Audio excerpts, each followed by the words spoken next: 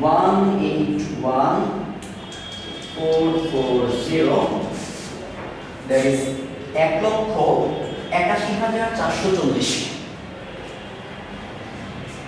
বুঝতে পারছো? একটা জিনিস বোঝা উচিত যে কেন ম্যাথমেটিক্স এতটা পাওয়ারফুল, কেন ম্যাথমেটিক্সের একটা ব্রাঞ্চকে আমরা রেসপেক্ট করব, কেন ম্যাথমেটিক্স রেসপেক্ট করব।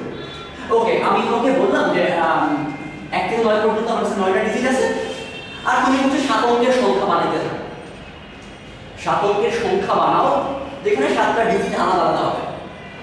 কোন একটা মানুষ 7 অঙ্কের সংখ্যা ভালো কথা 1 2 3 4 5 এরকম নাম্বার এরকম একটা বানাইলো, আবার নাম্বার বানাইলো, খাতা করে নিয়ে শুরু করলো, ম্যানুয়ালি শুরু করলো নাম্বার বানানো। তুমি আমাকে গ্যারান্টি করতে পারো ওই মানুষ যদি 5 দিন 6 দিন 7 দিন যদি বসে বসে নাম্বার বানায় সে অ্যাকুরেট আনসার দিতে পারবে না? কেন পারবে না? সে একটা দুটো ভুল করতে পারে, কোনটা ডাবল হইতে পারে, কোনো লাইন ধরা না, সে র্যান্ডম ট্রাই করলে মিস হবে। সো সে যদি বসে বসে ম্যানুয়ালি যদি নাম্বারগুলো বানানো তৈরি করে তাহলে এই আনসারে যে সে পৌঁছবে তার গ্যারান্টি কিন্তু খুব কম। যদিও সে অ্যাকুরেটলি পারে, কত দিনে এতগুলো নাম্বার তৈরি করবে এটা কোশ্চেন। কম্বিনেটরিক্স কেন ইন্টারেস্টিং? কম্বিনেটরিক্স কেন ইন্টারেস্টিং? সে আমাকে একদম স্মুথলি বলছে না আনসার এত হবে, ডেফিনেটলি আনসার এত হবে, বুঝতে পারছো? এবং সেটা আমরা সিম্পল একটা আইডিয়া নরমাল গুণ করার মেথড থেকে আমরা বলতে পারি যে ডেফিনেটলি এত আনসার হবে। So this is the power of mathematics, this is the power of combinatorics. এই পর্যায়ে আমরা ফ্যাক্টোরিয়াল নামে কোনো একটা শব্দ নিয়ে কথা বলবো। অ্যাকচুয়ালি এই শব্দটা নিয়ে কেন কথা বলবো এটা একটু পরে ক্লিয়ার হবে। ফ্যাক্টোরিয়াল নিয়ে এখন আপাতত এরকম একটা কথা বলি যে একটা নাম্বারের ফ্যাক্টোরিয়াল করতে হবে। যে 5 একটা নাম্বার, এই সাপোজ আমার হাতে একটা গুণফল আছে 5 4 3 2 1 এরকম একটা গুণফল আছে। এইরকম বড় বড় গুণফল কম্বিনেটরিক্স আমরা মাঝে মাঝেই পাই। 1 থেকে 5 পর্যন্ত গুণফলটা মাঝে মাঝেই আসে এই পাশে। এই বিশাল বড় গুণফলটাকে আমরা সংক্ষেপে একটা সিম্বল দিয়ে প্রকাশ করব, সেটা হচ্ছে 5 তারপর একটা আশ্চর্যজনক চিহ্ন। এটাকে আমরা পড়াশোনা করব 5 ফ্যাক্টোরিয়াল। সো 5 ফ্যাক্টোরিয়াল মানে কিছু না, 5 ফ্যাক্টোরিয়াল মানে হচ্ছে 1 থেকে 5 পর্যন্ত পূর্ণ সংখ্যাগুলোর গুণফল। এই 5 ফ্যাক্টোরিয়ালকে এই সিম্বল দিয়ে যেভাবে লেখা হয়, আমি বড় করে লিখি 5 আশ্চর্যজনক চিহ্ন, পড়তে হবে 5 ফ্যাক্টোরিয়াল। অনেক বইয়ে এটাকে এইভাবে লিখে 5 এইরকম চিহ্ন দেয়, আপনি লিখছেন I'm sorry, it should be 5 factorial. তো এটাকে অনেকে বলে 5 ফ্যাক্টোরিয়াল। তো ফ্যাক্টোরিয়াল চিহ্ন দুইভাবে দেওয়া আছে। তো তোমাদের জন্য প্রশ্ন, যদি কোথাও এরকম থাকে 8 গুণন 7 গুণন 6 গুণন 5 গুণন 3 গুণন 2 গুণন 1, এই গুণফলটাকে সংক্ষেপে আমরা কিভাবে লিখতে পারি? 8 ফ্যাক্টোরিয়াল। ডেফিনিটলি লিখতে পারি 8 ফ্যাক্টোরিয়াল। সো ফ্যাক্টোরিয়ালের কনসেপ্টটা ক্লিয়ার? What is factorial? মানে একটা নাম্বারের ফ্যাক্টোরিয়াল মানে কি? মানে 1 থেকে শুরু করে নাম্বার পর্যন্ত গুণফল। আমি যদি বলি যে ফ্যাক্টোরিয়াল 3 এই কথা মানে কি? 1 into 2 into 3 কত? যে 3 থেকে শুরু করে কত পর্যন্ত গুণ? 1 পর্যন্ত। এই হচ্ছে ফ্যাক্টোরিয়ালের প্রাথমিক idea. So in general n যদি একটা নাম্বার, n এর ফ্যাক্টোরিয়াল কি হওয়া উচিত তোমরা বলো? n ফ্যাক্টোরিয়াল সমান কি হওয়া উচিত? 1 into 2 into 3 into 3 into 4 into 9 n factorial definitely n belongs to n হচ্ছে যে কোনো একটা ধনাত্মক পূর্ণ সংখ্যা, বুঝতে পারছো? n factorial সমান কি হবে? n into n minus 1 into n minus 2 into একবারে বলতেছি কি দেখো যে এই ফ্যাক্টোরিয়াল মানে 8 থেকে 1 পর্যন্ত, 5 ফ্যাক্টোরিয়াল মানে 5 থেকে 1 পর্যন্ত আস্তে আস্তে কমতে থাকে। সো n ফ্যাক্টোরিয়াল মানে হচ্ছে কত? up to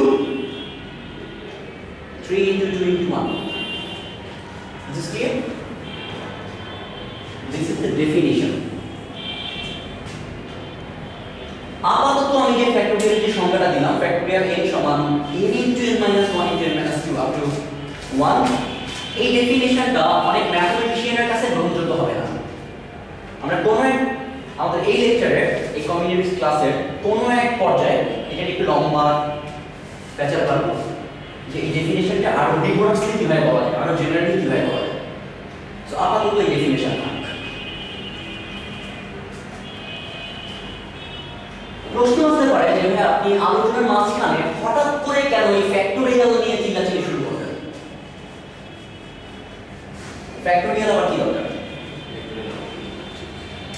দেখো সিম্পলি একটা एग्जांपल দিই, ফ্যাক্টোরিয়াল কেন দরকার।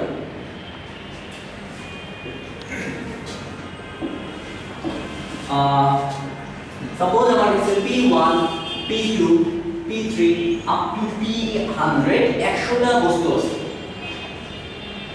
এই 100টা বস্তু থেকে দুইটা বস্তু নিয়ে দুইটা না সরি 100টা বস্তু থেকে ধরো 100টা বস্তু থেকে 20টা বস্তু চুজ করতে হবে। তাহলে ডেফিনেটলি আমরা 20টা ঘর দরকার, space 1 space 2 space 3 space 4 up to space 20 20টা এখানে স্পেস আছে।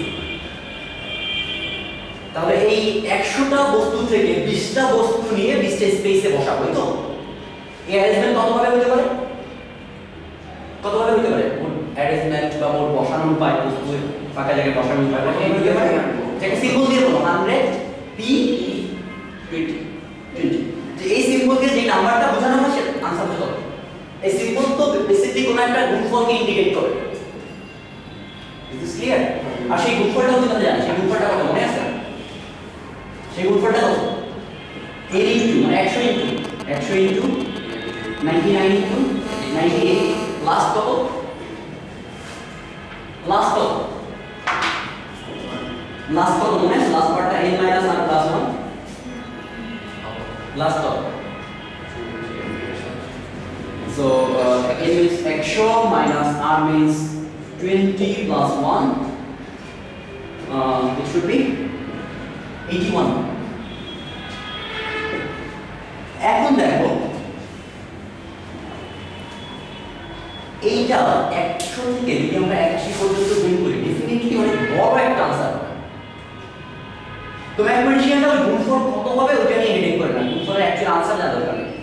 মানে এই গুণফলটা দেখলেই খুশি, ওকে ওই অঙ্কের आंसर হচ্ছে 100 থেকে 81 পর্যন্ত নাম্বারগুলো গুণফল।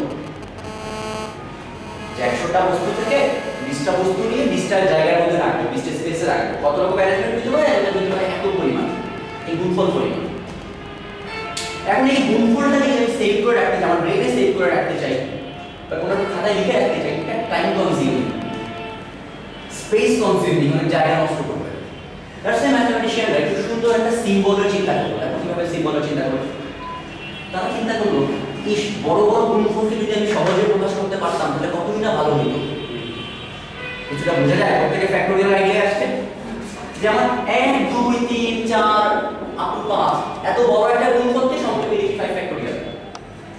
5 ফ্যাক্টোরিয়াল। ফ্যাক্টোরিয়াল একটা স্পেশাল টাইপের গুণফল।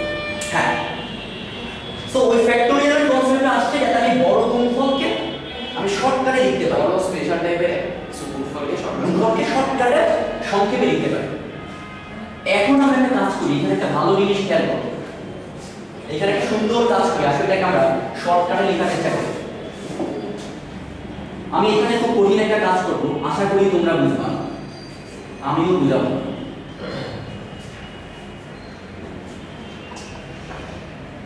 আশি 79 ঠিক আছে 78 3 2 1 কারণ আপত্তি আছে এখানে? এখানে আপত্তি নেই, আপত্তি নাই, মানে একটু বাকি আছে তো কেন? ফার্স্ট ইয়ার অংশ সেকেন্ড অংশ কি সেম? এইটুক আর এইটুক কি সেম? তাই বলছি আপত্তি থাকার কথা। কেন আপত্তি থাকবে? শেষ করে ফেলবো কি প্রবলেম? আর একটু লিখতে আর কিছু করতে হবে না? তাহলে দাগ যেহেতু দিছি দাগের নিচে কিছু লিখে ফেলি। 80 গুণন 79 গুণন 78 গুণন আপ টু 3 2 1। এবার আপত্তি থাকার কথা।